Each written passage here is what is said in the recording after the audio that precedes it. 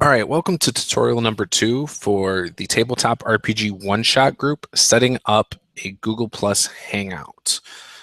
This is Juice with Tabletop Gaming with Juice, as you can see from my Google Plus page. In this video, I'm going to quickly show you how you can set up a Google Plus Hangout for either a current game that you want to play here now at this very moment, or maybe you want to plan it for 2 weeks from now. So we currently, I just set up a test tutorial for an event in the Facebook page. So once you've done that and you have all your players and they want to play and you're ready to do this, you're going to go and set up the Google Plus Hangout. So what you're going to do is you're going to go up in the top left, you have G Plus or Google Plus page, click that. Go all the way down to the Hangouts button, and it's going to take you to the Hangouts page. So once you're on this page, you may have to install a Google Plus Hangout app. It just adds the app to your account. I don't think it actually downloads to your computer. And if you don't have the latest or one of the latest Flash software updates, it might make you do that as well. Again, that's all system to system. But yeah, so anyway, so you're going to go to Start a Hangout on Air. And once you click that, it's going to bring this up. Now you can put the title of your game here. So I'm going to go tutorial video example. And since we set up the event on the other thing as mutants and masterminds, I'm going to say mutants and masterminds. Right? New York City has been struck by meteors, because that's whatever you want the description to be. Okay. Now,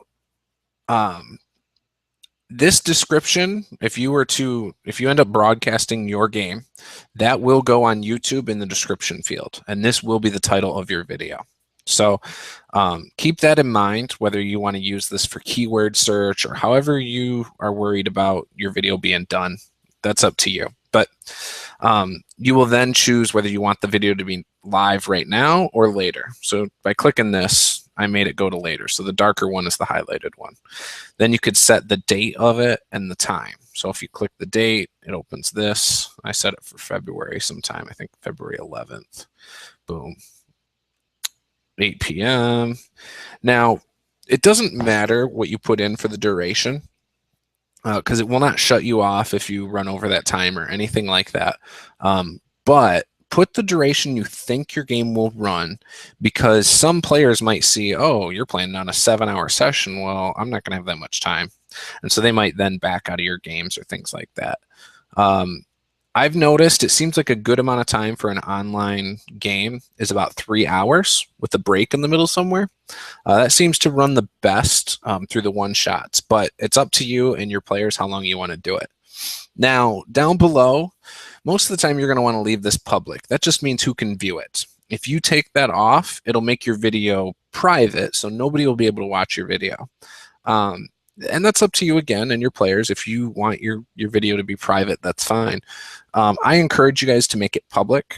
That way people can watch your games and see how certain games are run. One of the great things about the one-shot group is that we can see all these various games ran in their, in these respective systems.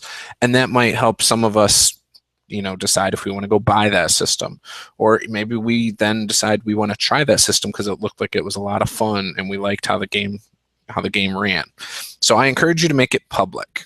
Now, you don't have to invite anybody here. In fact, I say don't. I usually encourage people not to. And my reasoning for that is because this is just for your audience. So this is just people who can watch the video. So then you're going to say share. And once you do that, it's going to take you to another page. It takes you to this page. Now, this page is where if you hit start, that it'll take you to your on-air segment. So since I set this for February, that's a long ways out. Maybe I find out before the game time that my players can't run it in February and we have to move it up. So I'm going to change it to, let's see, what time is it right now? It's 2:51. I'm going to set this for 3. And I'm going to set it for today. And today's date is the 23rd. So let's go back to November 23rd, 3 p.m. We'll save it like that. Boom. So now it's going to start here in about 10 minutes. Now what this is going to do on my channel, my YouTube channel, there will be a countdown. So if I go here and I click on my channel, I should be able to go down and see the countdown somewhere. It's not coming in.